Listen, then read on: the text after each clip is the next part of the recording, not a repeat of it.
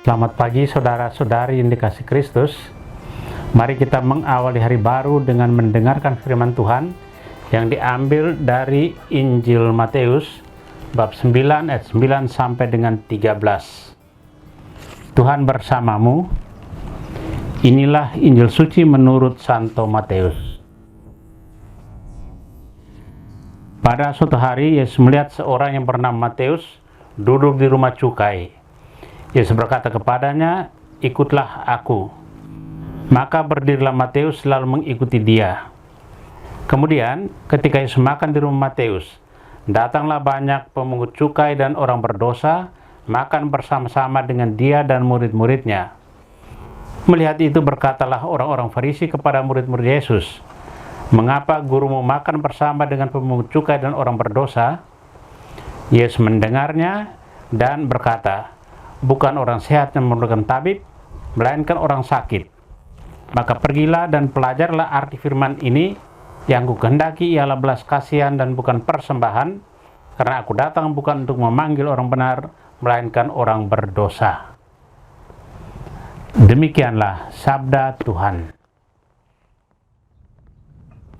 Saudara-saudari yang dikasihi Kristus, tema yang akan kita renungkan pada hari ini, tabib keselamatan. Hari ini gereja merayakan pesta Santo Matius Rasul. Rasul berasal dari golongan orang berdosa karena pekerjaannya sebagai seorang pemungut cukai. Banyak orang menyesalkan pilihan yang diambil oleh Yesus ini. Orang-orang lebih senang kalau Yesus memilih murid-murid yang lebih suci dan lebih baik. Tetapi Yesus dengan tegas menyatakan hanya orang sakit yang membutuhkan tabib. Yesus ingin mengajak kita untuk realistis menolong orang lain. Hanya orang-orang yang membutuhkan pertolongan yang patut ditolong. Tidak disebutkan mengapa Yesus memilih Matius. Namun, memilih Matius justru sesuai dengan tujuan karya keselamatan. Aku datang bukan untuk memanggil orang benar, melainkan orang berdosa. Yesus memilih Matius karena ia menghendakinya. Yesus pasti melihat tidak hanya yang lahiriah, tetapi hati, bahwa Matius mempunyai kecakapan yang penting untuk karya misi keselamatan. Terbukti, ia akhirnya menulis Injil yang secara khusus ditujukan kepada orang-orang sebangsanya bahwa Yesus adalah Mesias yang dijanjikan Allah. Bukti-bukti ramalan kenabian disertakan dalam Injilnya. Injil Matius ditempatkan di urutan pertama sebagai pengantar perjanjian baru. Matius menuliskan peristiwa bersama Yesus adalah anugerah Allah, mengajak para pendosa sebagaimana dirinya dahulu untuk menerima Yesus. Dia adalah tabib. Saudara yang terkasih, kata-kata Yesus, bukan orang sehat yang memerlukan tabib, tetapi orang sakit, mau mengingatkan kita bahwa sebagai orang Kristen, kita mempunyai tugas untuk menjadi sarana keselamatan bagi banyak orang, terutama mereka yang sakit. Kita juga dalam segala kelemahan dan kekurangan kita adalah orang sakit tanpa kita sadari. Kesadaran inilah yang harusnya timbul dalam diri kita dan mendorong kita untuk datang dan berjumpa dengan Yesus yang adalah tabib.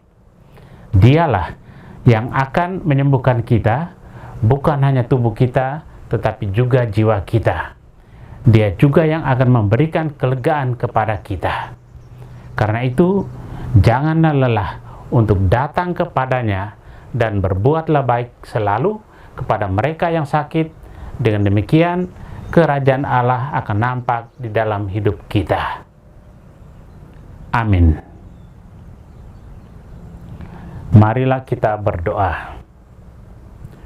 Tuhan, pagi ini kembali kami menaikkan syukur dalam doa dan permohonan. Terima kasih sudah menjaga kami saat tidur maupun bangun. Terima kasih untuk udara sejuk dan segar pagi ini. Tuhan, kami hendak beraktivitas. Kami mohon tuntunan dan pemeliharaan-Mu.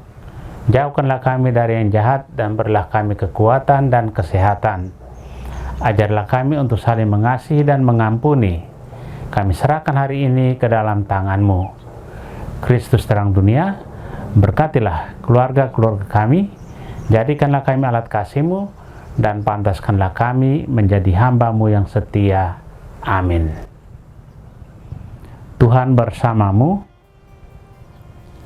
Semoga keluarga kita, orang-orang yang kita kasih dan doakan, seluruh aktivitas kita hari ini dilindungi, dibimbing, dan diberkati oleh Allah yang Maha Kuasa, Bapa dan Putra dan Roh Kudus. Amin.